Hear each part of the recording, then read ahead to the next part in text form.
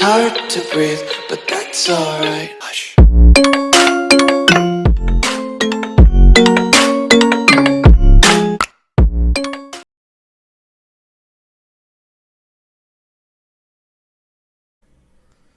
asalaamu calaykum waraxmatullaahi wabarakaatu. halkani waa channelkeennii garantiin.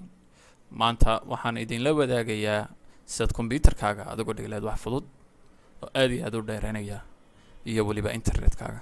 saan ogsoonnahay dunidan aan joogna maanta kombyuutarada waxaa loo sameeyey wax antivirus la yidhaahdo oo laga ilaalinayo fayrasyada soo gala.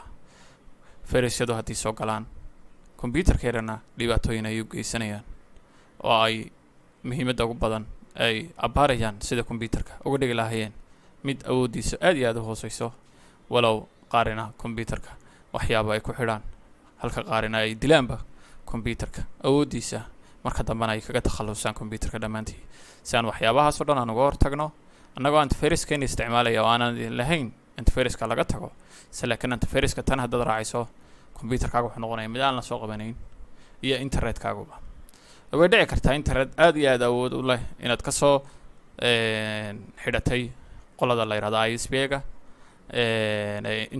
internet providerska, laakiin markuu aqalkaaga internetka yimaaday aad weliba adiga ahaan aad device-kaad isticmaalayso laptopka aad u adeegsato uu noqdo mid aad iyo aad awooddiisa u hooseyso.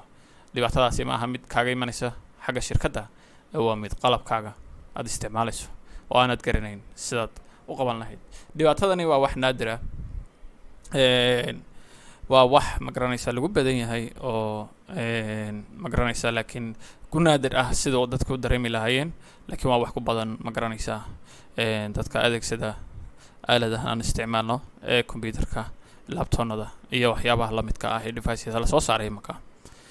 sida awgeed cilladaha noocaana si aan uga tagno, anigu subax kasta markaan soo tooso waan jeegarayaa, waanaan sameeyaa qaarkood, halka qaarna aan sameeyo bishii 2 jeer meelahaas si aan xaaladda ula socdo iyo culeysyada kala duwan ee ku iman kara kombyuutarkayga. sidaa awgeed stepka koowaad waxaan tegi doonaa xagga kombyuutarkaaga wax laga search garayo. cmd ayaad qori doontaa, administrator ayaad ku ran garayn doontaa. dabcan shaashadda yaro madoobaanaysa, in yarba sugaysa. yes ayaad sii dooran doontaa.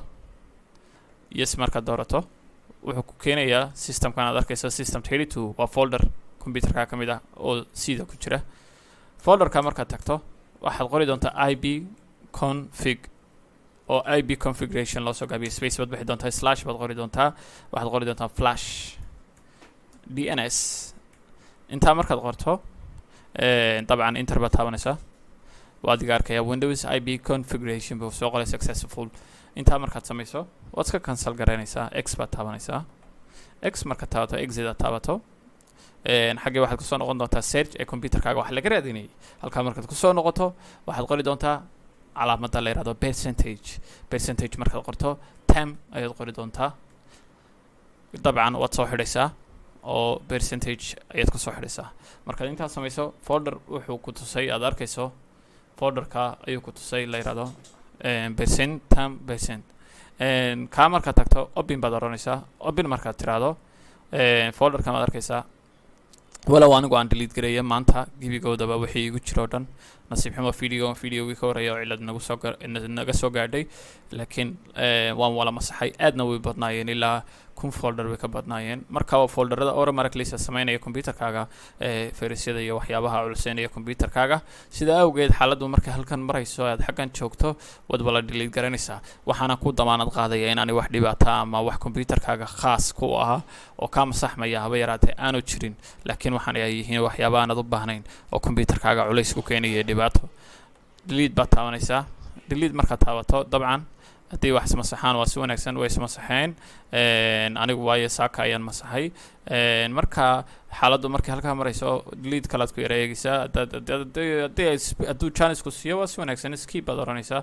waad aragtaa meel looga taga ma laha, uu iska wala masaxay waxyaabihi aan loo baahnayn oo dhan. wax dhibaato oo kaaga imanaya cilladahan aan wado ama aan cilladahan aan saaraya haba yaraata ma jirto, ama wax kaa masaxmaya. halkaa markaad joogto folder kale ayaad raadinaysaa oo BREFETCH la yidhaahdo. folderkan isaguna waa sidii kan temkan imika ku jirnay hadduu kuu soo baxo aniguna waan iska masaxay isagana waxyaabaha kuwa la jiro oo dhan baad delete garanaysaa waxyaabaha kuwa la jiro oo dhan haddaad delete garayso skip baad la dhacaysaa wixii kale masaxmi doona wax dhibaataan anaa kuu dabaanad qaaday oo kaaga imanaya ama xogtaada kuu gaarka ah ee kugu kaydsan computerkaaga oo kaa masaxmaysa haba yaraatee ma jirto xaggaa markaad marayso aad folderkaana delete garaysay stepkii saddexaad aan mari doonaa waxa weeye waxaad qori doontaa ms configuration ms config system configuration kaasoo ku siin doonaa system configuration ka markaad tagto cabaar ayaad ila sugi doontaa boxkana kuu soo bixi doonaa boot baad kasii tegaysaa advance option baad kasii tegaysaa halkaa foorka ku ah kolleyba adiga hadduu computerkaagu slow u yahay ma garanaysaa tiro ka yar buu noqon doonaa foor baad geyn doontaa foor markaad geynto okay baad taabanaysaa apply baad taabanaysaa okay baad taaban doontaa aniga optionka restart buu siiyey laakiin anigu ma doonay inaan restart gareeyo maxaa yeelay videogeena shaashada ka baxaya marka exit baan iska taaban doonaa ama don't show this message again baad oran kartaa optionada adiga iska leh halkaa markuu xaalku marayo waxaan ku damaanad qaaday inaanay wax foldera kaaga baxayn computerkaaga oo aad lahayd waxaan kaloo kuu sheegaya computerkaaga waa fududaanaya internetkaagana waa fududaanaya sida awgeed si aan markasta idinla shaqeyno ciladaha aniga haysta iyo ciladaha idinka haystaba markasta si aan ugu guulaysano oo aanan u baahnayn inaan computerkeena u bedelno waxa weeye ma garanaysaa inaan markasta